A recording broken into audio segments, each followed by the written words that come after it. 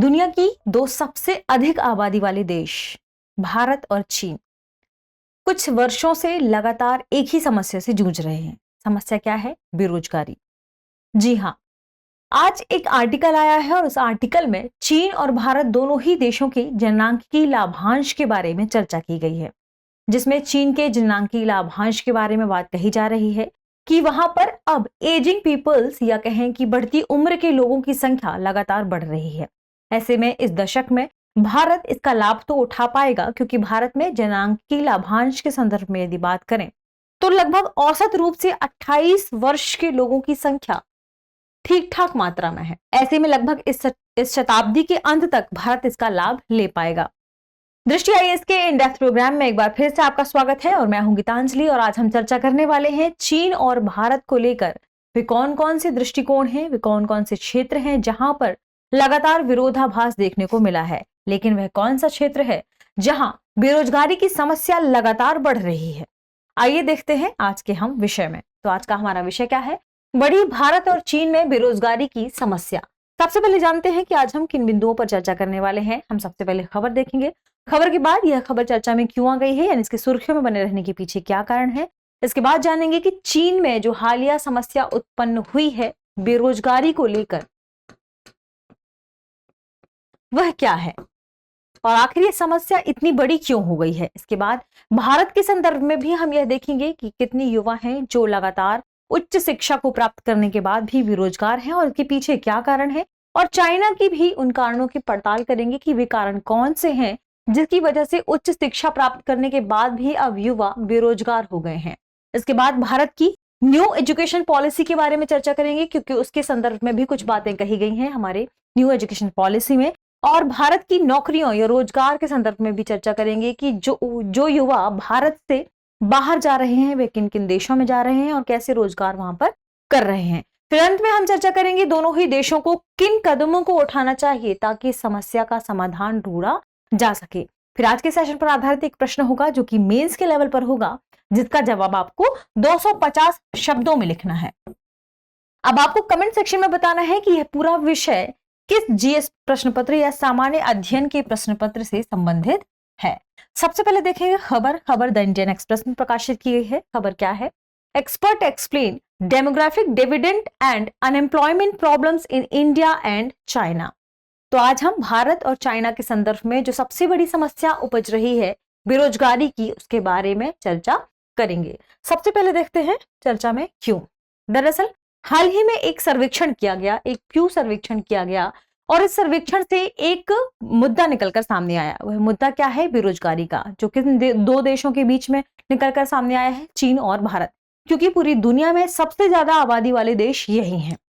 यहाँ चीन की यदि हम औसत आयु की बात करें तो इसकी औसत आयु 39 वर्ष निकल कर आई है और भारत की औसत आयु वर्तमान में 28 वर्ष निकल कर आई है, जिसमें इसके बाद इस सर्वेक्षण के बाद यह मुद्दा भी निकलकर सामने आया है कि आने वाले समय में इन दोनों देशों को किन किन समस्याओं का सामना करना पड़ सकता है। लेकिन यह बात भी निकलकर सामने आई है कि भारत इस शताब्दी के अंत तक अपनी जनसांख्यिकी लाभांश या जननांकिकी लाभांश का लाभ ले पाएगा, लेकिन उसके बाद लगातार यदि जनसंख्या और अधिक मात्रा में बढ़ती है तब भी जननांकिकी लाभांश की संख्या यहाँ पर या मात्रा क्या कह सकते हैं, कम हो सकती है, क्योंकि कभी ना कभी तो यहाँ औसत आयु वाले जो लोग हैं उनकी जो औसत आयु है वह बढ़ेगी। अभी क्या है? 28 वर्ष है, क्योंकि इससे पहले चाइना इसका लाभ ले रहा था और अब चाइना में भी एजिंग पॉपुलेशन लगातार क्या हो रही है? बढ़ रही है। लेकिन यहाँ पर मुद्दा यह है कि जो जननांकिकी लाभांश अभी बढ़ रहा है या भारत में बढ़ा हुआ है, वो बिना शिक्षा और बिना स्किल के, बिना कौशल के कैसे नौकरियों को प्राप्त कर सकता है, कैसे नौकरियों का सृजन कर सकता है और आने वाले समय में आर्थिक विकास में यह कैसे सहायक हो सकता है। इसके अलावा इस पर भी आज हम चर्चा करेंगे कि चीन में उच्च स्तर की युवा बेरोजगारी क्यों बढ़ गई है और इसकी वजह से पूरे देश में असंतोष कैसे बढ़ रहा है। सबसे पहले देखते हैं हम चीन के संदर्भ में कि चीन में जो हालिया समस्या देखी जा रही है वह समस्या क्या है। तो अभी हमने चर्चा की कि मार्च में वर्ल्ड पॉपुलेशन रिव्यू हुआ, यानी विश्व जनसंख्या समीक्षा हुई और इस समीक्षा के बाद कुछ मुद्दे निकलकर सामने आए। यह भी बात निकलकर सामने आई कि भारत की पॉपुलेशन अब पूरी दुनिया में सबसे ज्यादा हो गई है और चीन सेकंड नंबर पर आ गया है और अभी तक चीन पहले नंबर पर था। इसमें यह बात निकलकर सामने आई कि चीन की युवा आबादी लगभग घट रही है और लगातार घट रही है और इसकी जो एजिंग पॉपुलेशन है यानी उम्रदराज आबादी है वह बढ़ रही है। कुल मिलाकर यह देखा जा रहा है कि जो लोग वर्किंग है, जो कार्यबल है वहां पर, वह कम हो रहा है और इन पर आश्रित लोगों की संख्या क्या हो रही है, बढ़ रही है और इसी के अनुपात के रूप में ही जननांकिकी लाभांश को देखा जाता है। तो आप इससे भी समझ सकते हैं कि जननांकिक लाभांश क्या है। इसमें चीन के एक प्रतिष्ठित पत्रकार हैं, उन्होंने यह कहा कि वर्ष 2023 में चीन में 11.58 मिलियन छात्रों के उच्च शिक्षा संस्थानों से स्नातक होने की उम्मीद है। तो अब जब ये स्नातक हो जाएंगे तो इनके सामने सबसे बड़ी समस्या होगी रोजगार की, कि यहाँ रोजगार अब कैसे प्राप्त किया जाए। बल्कि ऐसा देखा जा रहा है पिछले कुछ वर्षों में, 2-3 वर्षों में, कि कोविड-19 की वजह से, लॉकडाउन की वजह से वैसे भी रोजगार लगातार हट रहे हैं, ले ऑफ हो रहा है। तो ऐसे में कैसे इन लोगों को या इन बच्चों को जिन्होंने स्नातक पूरा किया है उच्च शिक्षा संस्थाओं से, इन्हें कैसे रोजगार यहाँ प्राप्त करवाया जाए। यानी रोजगार खोजने का 12मासी संघर्ष इस बार और अधिक गंभीर दिखाई दे रहा है। यह बात निकलकर सामने आई किसमें, चाइना के संदर्भ में। यह चीन की वह पीढ़ी है जो सबसे तेज आर्थिक विकास के दौर में पले बढ़े हैं और नौकरी को लेकर ये इसी समय सबसे अधिक गंभीर समस्या का सामना करने वाले हैं। यानी अपने रोजगार को लेकर, नौकरी की सुरक्षा को लेकर ये बढ़ती मांग के बीच महामारी से प्रभावित धीमी अर्थव्यवस्था के पहले शिकार भी माने जा सकते हैं, क्योंकि बढ़ती एजुकेशन के साथ साथ यह भी देखा जा रहा है कि जैसे इन्होंने स्नातक पूरा किया तो अब रोजगार की समस्या यहाँ सामने निकलकर आ गई है। चीन की ही स्थिति के संदर्भ में और बात करें तो पिछले और इस वर्ष जब ये 10 से 12 मिलियन युवा अब क्या होंगे मार्केट में, जो कि चीन का जॉब मार्केट है, मार्च और अप्रैल के समय यह खुलता है, जिसे क्या कहा जाता है, गोल्डन मार्च सिल्वर अप्रैल। यह वह समय है जब चीन में जॉब मार्केट ओपन होता है और ये जो स्नातक स्टूडेंट हैं वे जॉब के लिए इस मार्केट में जाते हैं और इन्हें यहाँ पर नौकरियां प्राप्त होती हैं, रोजगार का सृजन भी होता है। ऐसे समय में लगभग 10 से 12 मिलियन युवा इस जॉब मार्केट की ओर जा रहे हैं और ऐसा देखा जा रहा है कि लॉकडाउन की वजह से, कोविड-19 की वजह से यहाँ पर पहले से जो जॉब है वे और खत्म हो रही हैं। लोग इस जॉब से बड़ी मात्रा में, बड़े पैमाने पर निकाले जा रहे हैं। तो ऐसे में इनके ऊपर और भी बड़ी समस्या या गंभीर समस्या निकलकर सामने आती है।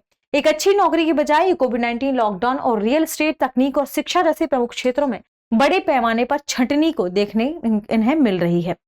ऐसे में हर 5 में से एक शहरी युवा बेरोजगार नजर आ रहा है। तो चाइना में बेरोजगारी की समस्या और भी अधिक गंभीर हो गई है, जबकि वहां स्टूडेंट, वहां जो शिक्षा व्यवस्था है वे काफी अच्छी है और इन्हें स्किल के साथ आगे निकालती है। जो भी स्नातक बच्चे निकल रहे हैं वे स्किल्ड होकर निकल रहे हैं, लेकिन जॉब देखिए कि यहाँ पर जॉब नहीं मिल रही है, इनको रोजगार यहाँ प्राप्त नहीं हो रहा है। बेरोजगारी की दर पिछले जुलाई में जो 0.6% थी वह अब 19.9% बढ़कर आ गई है। आप समझ सकते हैं कि चीन में भी बेरोजगारी दर काफी ज्यादा बढ़ गई है। कोविड-19 ने विकास को कड़ी टक्कर दी है और अब चीन में इसकी समस्या, बेरोजगारी की समस्या काफी गंभीर हो गई है। यह हमने चर्चा की चीन के संदर्भ में। अब हम देखते हैं एक नजर किसके संदर्भ में, भारत के संदर्भ में।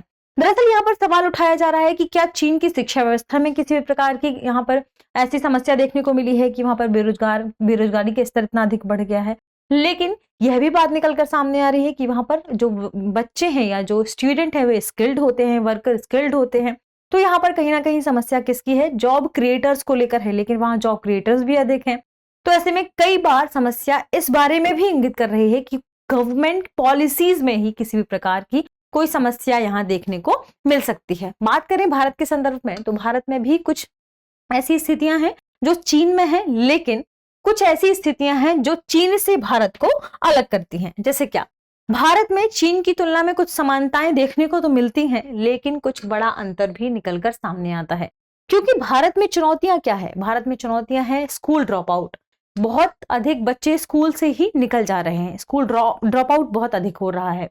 विश्वविद्यालयों से उदार कला स्नातक और निम्न श्रेणी की कॉलेजों से इंजीनियरिंग की वजह से इन्हें नौकरी नहीं मिल पाती है और नौकरी नहीं मिल पाने की वजह से ही भारत में बेरोजगारी की समस्या अधिक बढ़ गई है। वहीं यह भी देखा जा रहा है कि भारत में प्लम्बर, इलेक्ट्रीशियन, कारीगर, बेकर, रसोईया और सभी प्रकार के जो भी कुशल कर्मी हैं, इनकी समस्या भी भारत में लगातार देखने को मिली है। किसी भी प्रकार की कोई विशिष्ट स्किल वाले हमारे पास लोग नहीं हैं जो कि काफी स्किल्ड हों। तो भारत में कई समय से, कुछ वर्षों से लगातार स्किल को बढ़ावा देने का कार्य भी चल रहा है। ऐसे में मैन्युफैक्चरिंग को लेकर भी हम अच्छा कदम उठा रहे हैं। यदि बात करें भारत के संदर्भ में, तो भारत में एक इंस्टीट्यूशन या एक संस्था काम करती है किसे लेकर, स्किल को लेकर। उसका नाम क्या है? उसका नाम है राष्ट्रीय कौशल विकास निगम। यह संस्था वर्ष 2003 में बनाई गई थी और इस संस्था को बनाए जाने का मुख्य उद्देश्य है कि भारत में स्किल को बढ़ावा देना, स्टूडेंट हो या कारीगर हो, उन्हें स्किल्ड करना, विभिन्न प्रकार के ऐसे ऐसे कार्यक्रम चलाना जिनके माध्यम से इनके स्किल में बढ़ोतरी हो और कई वैरायटी वाले क्षेत्रों में ये कार्य कर सकें। जिसे कब बनाया गया था? वर्ष 2003 में। लेकिन कौशल के नाम पर यह केवल जुमलेबाजी निकली और इस संस्थान ने भी कुछ खास कार्य नहीं किया। इसमें कुछ और भी संस्थाएं शामिल हैं। अब बात करें यदि भारत के संदर्भ में किसी अन्य संस्थाओं के संदर्भ में, या बात करें हम इसी के बारे में, NSDC के बारे में, तो इसने बाद में क्या किया कि कुछ कम अवधि वाले पाठ्यक्रम ही निकाले, यानी छोटे या शॉर्ट टर्म कोर्स निकाले।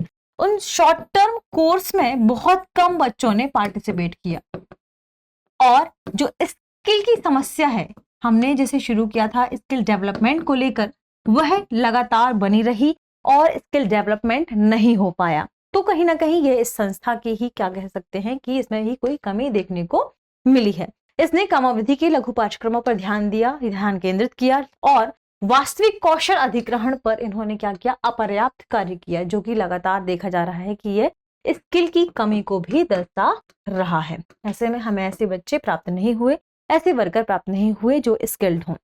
इसके अलावा एक और संस्था है CII, जो कि भारत में उद्योग परिसंघ जिसे कहा जाता है। यह एक ऐसी संस्था है जो उद्योगों को लेकर कार्य करती है। इसने भी कोई खास कार्य नहीं किया। इसके अलावा फिक्की ने भी कोई खास कार्य नहीं किया, लेकिन इन्होंने चाहा कि हमारे आसपास जो पड़ोसी औद्योगिक उद्यम है उन्हें हम भारत लेकर आए और राज्यों में, विभिन्न राज्यों में स्थापित करें। लेकिन राज्यों ने इससे इनकार कर दिया। क्यों? क्योंकि राज्य चाहते थे कि इन उद्योगों को पूरी तरीके से पूर्ण नियंत्रण की भागीदारी ना मिले। ये नहीं चाहते थे कि किसी भी प्रकार की जो भागीदारी है वह पूरी तरीके से इन उद्यमों को दिया जाए। कहीं ना कहीं इनकी मांग थी कि इन्हें भी आधा स्टेक होल्डर के रूप में भागीदारी प्रदान की जाए, जबकि जो पड़ोसी देश है या कहें पड़ोसी क्षेत्रों से जो उद्यम आ रहे हैं, उनकी मांग थी कि उन्हें पूरी तरीके से हस्तांतरित कर दिया जाए ताकि उनका नियंत्रण इसमें अधिक हो। ऐसे में राज्यों का विरोध भी निकलकर सामने आ रहा था और ऐसा भी देखा जा रहा था। इसी के साथ साथ एक सकारात्मक पक्ष यह भी देखा जा रहा था कि निजी क्षेत्रों ने इसमें ज्यादा बेहतर कार्य किया, जिसमें निजी कौशल संस्थाएं तेजी से उभर कर सामने आई और उन्होंने अनौपचारिक क्षेत्र में आंशिक रूप से ही सही परिसंतर को भरने का प्रयास भी किया। असंगठित क्षेत्र में कई ऐसे लोग हैं जो आज भी कार्य कर रहे हैं, जिसमें निजी क्षेत्रों, निजी संस्थाओं ने महत्वपूर्ण रूप से कार्य किया है। इसके अलावा इंजीनियरिंग कॉलेज अपर्याप्त प्रशिक्षण देते हुए उद्यम के रूप में कार्य कर रहे हैं। यह भी भारत की एक बड़ी समस्या है। क्यों? क्योंकि हमारे यहाँ इंजीनियर्स जो निकलते हैं वे स्किल नहीं होते हैं। इसके साथ ही कुछ ऐसे भी संस्थाएं हैं, यदि हम IIT की बात करें, इलीट संस्थाओं की बात करें, तो यहाँ भी एक ऐसे हब के रूप में केवल इन्हें निर्माण कर दिया गया है इनका, जो उद्यम के रूप में कार्य कर रहे हैं, यानी अपने लिए केवल पैसे के निर्माण के लिए ही यह कार्य कर रहे हैं, ना कि स्किल के डेवलपमेंट के लिए। तो भारत में भी ऐसी कई समस्याएं मौजूद हैं। लेकिन बात करें कि आखिर भारत को इन सब से कैसे उबारा जा सकता है, तो हमारे पास है new education policy. New education policy में सुधार करके हम भारत को इस समस्या से बाहर ला सकते हैं। भारत की न्यू एजुकेशन पॉलिसी 2020 में कहा गया है कि 6th, 7th और 8th यानी इन सभी जो कक्षाएं हैं इनमें कौशल या स्किल डेवलपमेंट के लिए अलग से कार्य किया जाएगा। इन्हें प्रशिक्षण प्रदान किया जाएगा, यानी कौशल में सुधार करने के लिए व्यावसायिक प्रशिक्षण इनके लिए शुरू करने की बात कही गई थी और ऐसा किया भी गया है। लेकिन यह देखा जा रहा है कि यदि हमारे लिए कारगर साबित हुआ, फायदेमंद साबित हुआ, तो इसे हम मध्यम शिक्षा तक लेकर जाएंगे और इसके बाद ये और अधिक कार्य करता है तो उच्च शिक्षा में भी इस प्रकार के कार्यक्रमों को संचालित किया जाएगा। तो व्यवसायिक आधारित जो भी या व्यवसाय केंद्रित जो स्कूल हैं, इनको मुख्य रूप से किस लिए शुरू किया गया है? कुशल कारीगरों और विशेषज्ञों को तैयार करने के लिए इन्हें डिजाइन किया गया है। चीन की तरह भारतीय व्यावसायिक संस्थाओं के सामने भी एक समस्या और निकलकर सामने आएगी, जो अभी चीन के सामने निकलकर सामने आई है। यानी वहां से लोग स्किल तो हो रहे हैं, लेकिन हमारी न्यू एजुकेशन पॉलिसी में इस बारे में कोई भी बात नहीं कही गई है। ये इसकी खामी निकलकर सामने आती है, क्योंकि चीन में आप स्किल्ड वर्कर देख रहे हैं, स्किल्ड स्टूडेंट देख रहे हैं, लेकिन रोजगार की समस्या यहाँ पर ज्यादा बड़ी है। वहां लोगों को जॉब्स नहीं मिल रही हैं और ऐसी समस्या आने वाले समय में भारत में भी निकलकर सामने आ सकती है, इसकी संभावना है। तो न्यू एजुकेशन पॉलिसी में संभावना पर भी चर्चा की जानी चाहिए थी। अब बात करें भारत में नौकरियों के संदर्भ में, तो भारत में जब इन स्टूडेंट को या ऐसे युवा को जब यहाँ नौकरी नहीं मिलती तो फिर वे दूसरे देश की ओर रुख करते हैं। ऐसे में कई और भी समस्याएं निकलकर सामने आती हैं, जैसे अप्रमाणित प्रवासन, यानी अनडॉक्यूमेंटेड प्रवासन यहाँ से होता है और वे विभिन्न देशों में उनकी सीमाओं में जाकर युवा रहते हैं। और ऐसा भी माना जा रहा है कि ब्रिटेन जैसे देशों के लिए बोट वर्कर के रूप में भारत के लोग काम कर रहे हैं, क्योंकि यहाँ पर स्किल की कमी है। तो वहां पर जो कार्य उन्हें मिलता है वैसे कार्य वो करते हैं और ये विदेश भूमि की तरफ अपने आप को देखते हैं कि अब यहाँ पर रोजगार नहीं मिल रहा तो दूसरे देश में ये चले जाएं। इसके अलावा कुछ और भी देश हैं, जैसे कनाडा, अमेरिका की भूमि पर, मैक्सिको की भूमि पर कई ऐसे भारतीय पाए गए हैं जो लगातार वहां पर अभी क्या कर रहे हैं, प्रोटेस्ट कर रहे हैं। इसके अलावा खाड़ी क्षेत्र है, यूरोप है, अफ्रीका है, अप्रत्याशित कई ऐसे स्थान हैं जहां भारत के लोग रह रहे हैं और कार्य कर रहे हैं। रोजगार प्राप्त करने के लिए भारत से वे उन क्षेत्रों में गए हैं। तो कहीं ना कहीं भारत को इन समस्या के समाधान की ओर देखना चाहिए। अब समाधान कैसे हो सकते हैं, तो भारत और चीन के संदर्भ में यदि हम चर्चा करें तो सबसे पहला समाधान हो कि भारत और चीन को रोजगार सृजन सर्वोच्च प्राथमिकता के तौर पर रखनी चाहिए। भारत और चीन दोनों ही गवर्नमेंट को ऐसी पॉलिसी बनानी चाहिए जिससे रोजगार का सृजन हो सके। दोनों को ऐसी जॉब्स निकालनी चाहिए जिससे रोजगार का सृजन हो सके, नौकरियां इन युवाओं को या इन स्किल्ड वर्कर्स को मिल सके। इसके अलावा इफेक्टिव आउटकम के साथ स्किलिंग की जाए, यानी हम उन्हें जो स्किलिंग सिखा रहे हैं, जो स्किल डेवलपमेंट हम उनका कर रहे हैं, उसमें हमें एक इफेक्टिव आउटकम मिले, इस बात पर भी ध्यान देना चाहिए। इसके अलावा मध्य विद्यालय स्तर पर विभाजन की जो हमारी एनईपी है, यानी कि हमने अभी शुरुआत की कि 6th, 7th, 8th, तो ये हमें और उच्च शिक्षा में भी शामिल करना चाहिए और देखना चाहिए कि क्या हमें इसका आउटपुट अच्छा मिल रहा है या नहीं, तो इस पर भी विचार करना चाहिए। और उच्च विद्यालयों की ओर भी देखना चाहिए कि हमें उनके स्टूडेंट को भी स्किल्ड करना बहुत जरूरी हो गया है इस समय के अनुसार, जिससे कौशल प्रशिक्षण लगातार जारी रह सके। इसके अलावा यदि हम बात करें एमएसएमई के बारे में, तो हमारे लघु एवं मध्यम उद्योग भी हैं, वे ऐसे क्षेत्र हैं जहां पर सबसे अधिक मात्रा में रोजगार का सृजन हो सकता है। तो हमें इन उद्यमों की ओर भी देखना चाहिए। सरकार को ऐसी पॉलिसीज बनानी चाहिए इन उद्यमों को लेकर कि यहाँ पर लगातार रोजगार का सृजन हो सके, स्किल्ड वर्कर भी आकर यहाँ कार्य कर सकें, जिससे इनकी बेरोजगारी की जो समस्या है उससे हमें निजात मिल सके। इसके अलावा आईटी क्षमताओं को भी भारत को बढ़ाना चाहिए, क्योंकि भारत आईटी क्षमताओं में एक सक्षम देश है। इसने अपने ही देश के लेवल पर कई ऐसे कार्य किए हैं जो अन्य देशों में नहीं हुए हैं। ऐसे में हमारी आईटी क्षमताओं को बढ़ावा देना काफी जरूरी हो गया है। इसका मूल्यवर्धन करना और भी अधिक हो गया है। हमें मैन्युफैक्चरिंग पे ध्यान देने की जरूरत है, ताकि हम आईटी सेक्टर में कई ऐसे जॉब हैं जिन्हें क्रिएट कर सकें, जो लगातार आने वाले समय में कार्य कर सकते हैं। क्योंकि ऐसा भी देखा जा रहा है कि भारत में जो आईटी से रिलेटेड कई ऐसी समस्याएं हैं जो लगातार भारत में देखी गई हैं। तो इन समस्या के समाधान के लिए भी हमें मैन्युफैक्चरिंग सेक्टर पर ध्यान देना चाहिए। किसके? आईटी सेक्टर के।